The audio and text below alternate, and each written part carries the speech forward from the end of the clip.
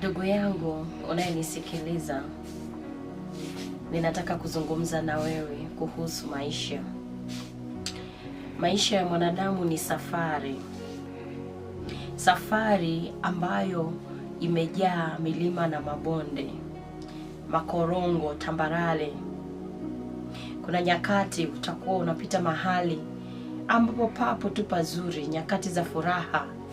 Utacheka na familia, utakuwa na marafiki, mtatoka, mtakula, mtafurahi pamoja. Lakini kuna nyakati ambazo wewe usimuone hata rafiki mmoja. Kuna nyakati ambazo ni za kuugua uko kwenye makorongo. Kuna nyakati ambazo vitu haviendi, ni mlima mkubwa, huoni mbele,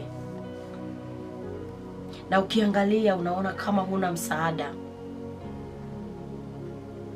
Kumbuka kitu kimoja, Mungu yuko pamoja nawe, hajakuacha.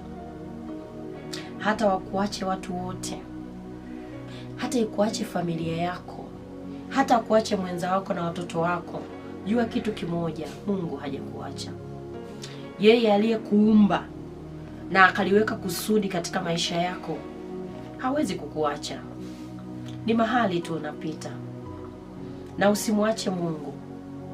Endelea kung'ang'ana na Mungu, kwa sababu zile nyakati ambazo ni za jangwa, kila mahali pametulia, uko peke yako, huna mwelekeo, Mungu yuko karibu sana na wewe kuliko kipindi kingine chochote kile, kwa sababu huo ni wakati wako ambao huenda ni wa kujaribiwa.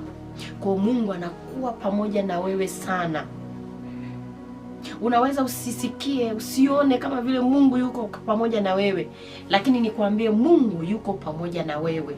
Endelea kuomba hata katika kuchoka huko. Endelea kuomba, endelea kumtazama Mungu, endelea kufanya zile kazi ambazo Mungu anataka uzifanye. Mungu atakuokoa na kukusaidia. Maana yeye amesema, mimi ni Mungu wa wote wenye mwili. Hakuna jambo lililo gumu nisiloliweza.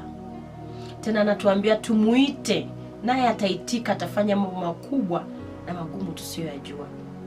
Kwa hiyo hata katika yale magumu yawe magumu kwa kiasi gani, muite Mungu. Yeye atakuletea msaada. Ataleta chemchemi ya maji mahali pa nyika. Ataleta njia katika jangwa na mahali pasipo na njia, kwa sababu huyo ni Mungu mwenye nguvu. Atakuongezea nguvu mahali